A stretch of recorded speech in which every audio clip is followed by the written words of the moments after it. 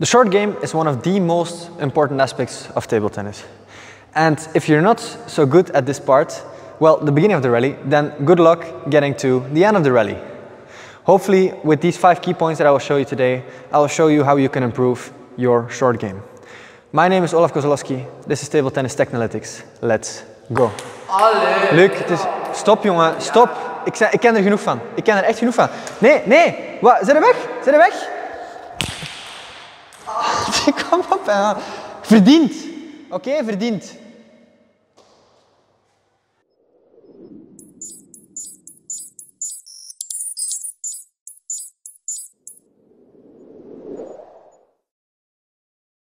So, guys, welcome back to another video. I am here in Antwerp in the Kilipong Hall of my sponsor, and today we're going to look at the short game and how you can improve it. There are 5 key points that we'll be going over, and the last 2 or 3 key points we'll see a few different approaches to those key points or to those issues, and I'll try to explain to you how those different approaches, each they have their advantages and they have their disadvantages. So there's not really a right or a wrong, but we'll get into that.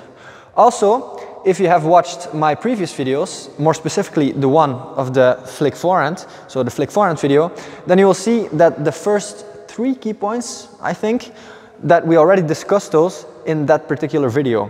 But because they are very applicable to, the short game all around in general, therefore we will discuss them also here. Because, you see, I'm a man of principle. I don't want to redirect you all the time to other videos to gather information that are already produced. So, therefore, I want to put it available as much as I can in as many places as I can. So, I'm not going to, for example, just out of the blue, put a link on the screen right now to redirect you to those videos because I just want some extra viewers. I'm not going to do that. No. So, the first thing to keep in mind is your head height. So, whenever you're stepping in or you're stepping out, you have to try to be wary that you have to stay a little bit level.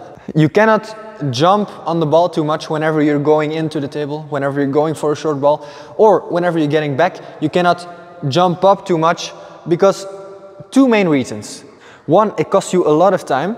So if you're keeping your head level, you're going to save a lot of time, which is very necessary in these types of situations. And 2, it costs you a lot of quality because of the lack of stability whenever you're moving that way. So keep your head level is a message.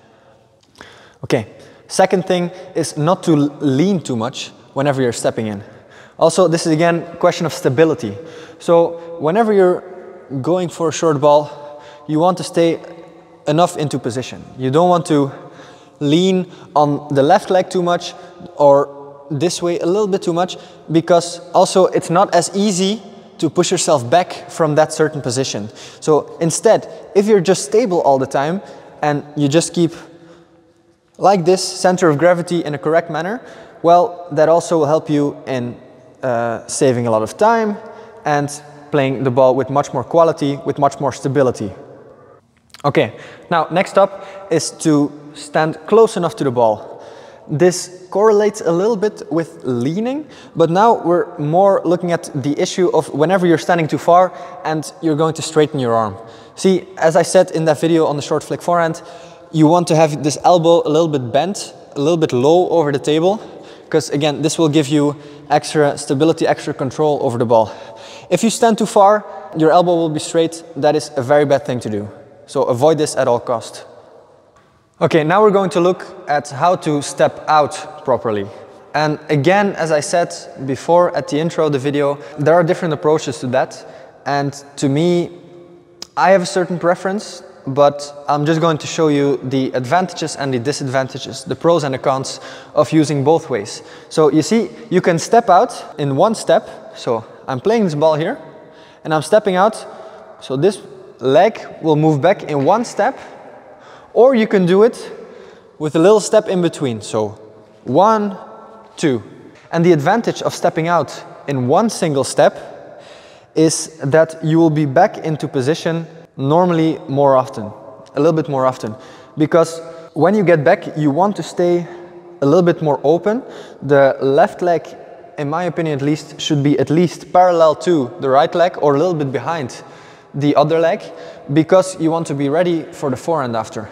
If I'm standing too much like this, with the dominant foot in front of me, there's no way I'm going to get to my forehand. There's no way I'm going to get to my forehand. So that's why in one step, you'll get there a bit more often in the correct way. The problem with that one step is, because it's such a big step to take, that very often your head height, or you won't stay level anymore, your head height will change a little bit. And that is the first key point that we discussed today, and that is also something you should try to avoid. Because you're pushing yourself off a little bit more, you're going to often raise up a little bit, and that is a bad thing to do.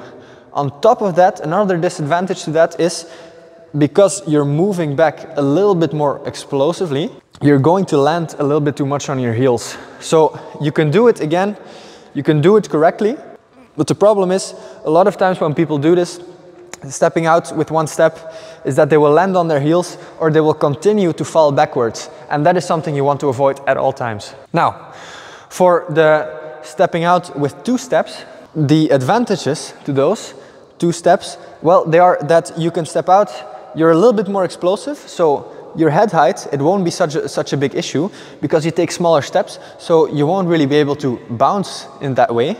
So you'll stay a little bit more level, and also more likely than not, you will be able to stand on the front of your foot a little bit more. You won't fall backwards too much as you could be whenever you're stepping out with one step. But the problem here is, as I said before, whenever you're going for the forehand, you don't want to be here standing with the dominant foot too much in front of you. For right-handers, if I'm standing with the right leg too much in front of my left leg, well, how can I move correctly to my forehand? And that is the issue that you get whenever you're stepping out and this leg is standing too much in front. This leg is standing too much in front. So I cannot really turn that way in a correct way. I cannot turn to my forehand properly. So here, I just gave you the perks and the disadvantages to both ways of stepping out. It's up to you to decide. My personal preference goes to stepping out with one single step, but that's just me. That's just me. You have to see for yourself. And if you'll take a look at the top players, you'll see that there's not a right or wrong. Everybody has their own little different way. As I'm editing this video, I'm finding a few flaws in my logic about the stepping in. This was supposed to be the fifth and last key point. I mean, actually, it should be this should have been the fourth key point. But the problem is, well, I find some inconsistencies in the videos I'm trying to look up. So I'm not sure about what to know and what's right or what's wrong. So we'll take a little bit of a deeper dive into that in the next year, in the first video of next year. But yeah, as I said, I don't know so much about the topic apparently. Apparently I was wrong, or at least I was not right. So I think I have to call in the help from, I guess, the pros. Hey Olaf. I'm fine, hope you also. I'm in the car right now, that's why I make the voice message.